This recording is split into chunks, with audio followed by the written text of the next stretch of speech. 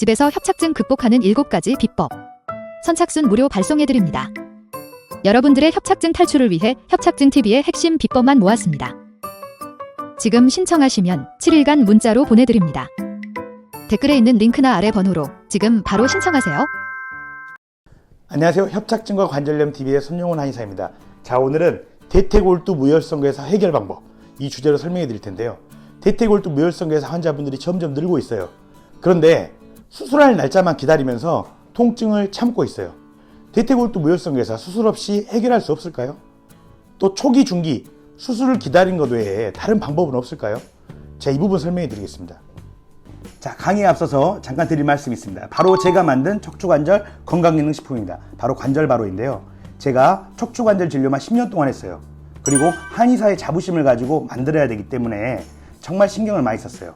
여러 한약재를 넣어 추출했는데요. 이 한약재를 추출하기가 만만치 않습니다. 특히 이 안에는 해동피라고 하는 약재가 들어있는데 나무의 껍질입니다. 이거를 몇 시간 끓인다고 해서 추출이 되지 않거든요. 그래서 120도에서 14시간 동안 끓인 거예요. 14시 동안. 그렇게 끓여줄 공장을 찾는데 힘들었어요. 자, 14시간 동안 끓였기 때문에 색깔이 어떻겠습니까? 보시면 매우 진한 색깔인 걸 아실 수 있겠죠. 14시간 동안 끓였기 때문에 이렇게 약재들이 우려 나오는 겁니다.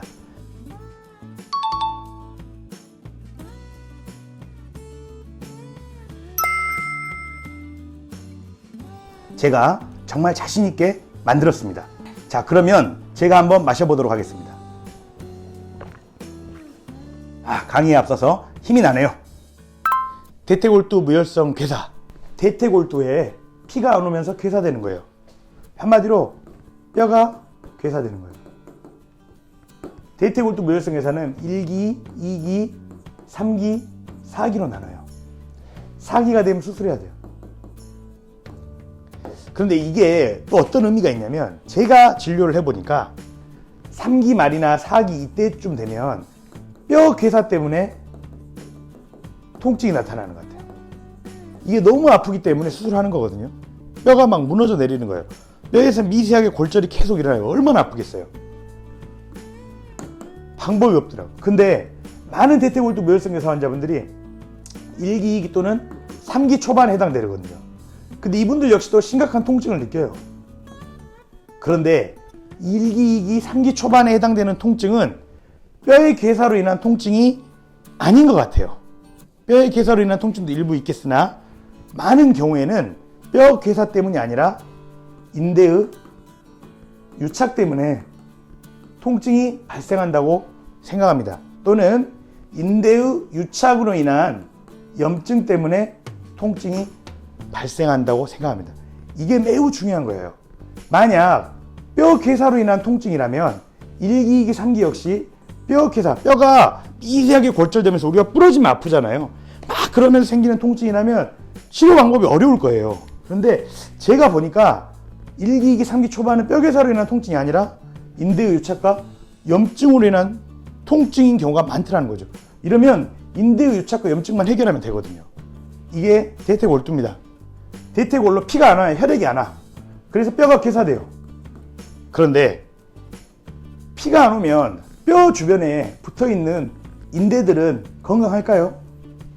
혈액이 안 오면 인대 역시 혈관이 잘 발달하지 않은 조직이기 때문에 인대들이 유착이 일어납니다. 딱딱하게 굳어버리는 거죠. 이러면 얘들이 무슨 일이 일어나냐면 움직일 때마다 뼈를 잡아당기게 돼요.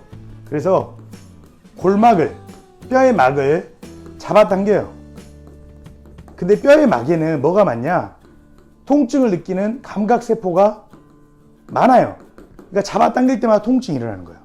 그런데 이 유착되어 있고 딱딱해진 이 인대들을 풀어주면 대퇴골두 무혈성 괴사 환자분들 중에 통증이 급격히 사라지는 경우가 매우 많아요. 또 더 이상 통증이 심해지지 않고 잘 관리되는 경우도 많아요. 언제? 1기, 2기, 3기의 초반, 아직 수술할 단계가 아닌 분들, 또는 방법이 없어 어차피 수술해야 되겠다 생각하는 분들, 유착된 인대를 치료해 주는 게 통증을 줄일 수 있다. 이게 매우 중요합니다. 이러기 때문에 대퇴골두 무혈성 괴사가 유착을 풀어주는 도침 치료로 도움이 될 수 있는 겁니다. 이게 매우 중요합니다. 자, 유착이 왜 일어났죠? 혈액이 순환되지 않아서 일어났어요. 그래서 통증을 없애기 위해서 유착을 풀어주고 혈액순환을 개선시키기 위해 노력을 해야 돼요. 혈액순환을 개선시키는 방법은 세 가지가 있어요. 여기 써진 생활관리법 2가지랑 또 나머지 한 가지는 한약치료입니다. 발끝치기. 잠을 자기 전에 발 뒤꿈치를 붙이고 앞을 툭툭 치세요. 그러면 발끝까지 혈액순환이 잘 돼요. 언제? 잠을 자기 전에 하는 게 좋아요. 잠을 자기 전에 하면 수면이 더 좋아지는 효과가 있습니다. 수면이 좋아지면서 혈액순환 능력이 회복되게 되죠. 잠을 자기 전에 3분에서 10분가량 발끝치기를 하시는 게 좋습니다. 또 맨발 걷기. 걷는데 문제가 없어진다면, 유착이 풀리면서 통증이 줄어들어서 잘 걸을 수 있다면 맨발 걷기를 하십시오. 맨발 걷기를 하게 되면 발끝까지 강력하게 혈액순환을 시키게 됩니다. 맨발 걷기가 어렵다면 맨발 걷기 원리를 적용한 맨발 신발도 있어요. 자, 세 번째로는 대퇴골두 무혈성 괴사 환자분들 중에 어떤 증상이 많냐면요, 다리에 쥐가 나는 분들이 있어요. 쥐가 나는 분들이. 왜 다리에 쥐가 날까요? 위에서부터 고관절로 혈액순환이 안 돼. 그럼 종아리로 혈액순환이 될까요? 당연히 잘 안 되겠죠. 종아리로 혈액순환이 되지 않기 때문에 다리에 쥐가 납니다. 그런데 사물탕이라고 하는 사물탕류의 한약 치료를 해보면요, 다리의 쥐가 줄어들어요. 자, 그러면 종아리에만 혈액순환이 잘 되고 고관절에 혈액순환에 영향을 안 줬을까요? 그렇지 않아요. 다리 쪽으로 혈액순환은 하나의 흐름이기 때문에 다리의 쥐가 줄어들었다는 것은 고관절 역시도 혈액이 더 원활히 공급되고 있음을 의미합니다. 그래서 저는 한의사에서 한약이 좋다 이렇게 설명하는 게 아니라요, 대퇴골두 무혈성 괴사는 해결 방법이었거든요. 해결 방법이었기 때문에 우리가 더 많은 연구가 필요하고 대안적인 연구를 해야 돼요. 그 대안이 될 수 있는 게 바로 한의학이라고 생각합니다. 대퇴골두 무혈성 괴사 환자분들을 진료할 때마다 보람을 느낍니다. 왜? 해결책이 없는 병이기 때문에, 그리고 너무나 간절한 병이기 때문에.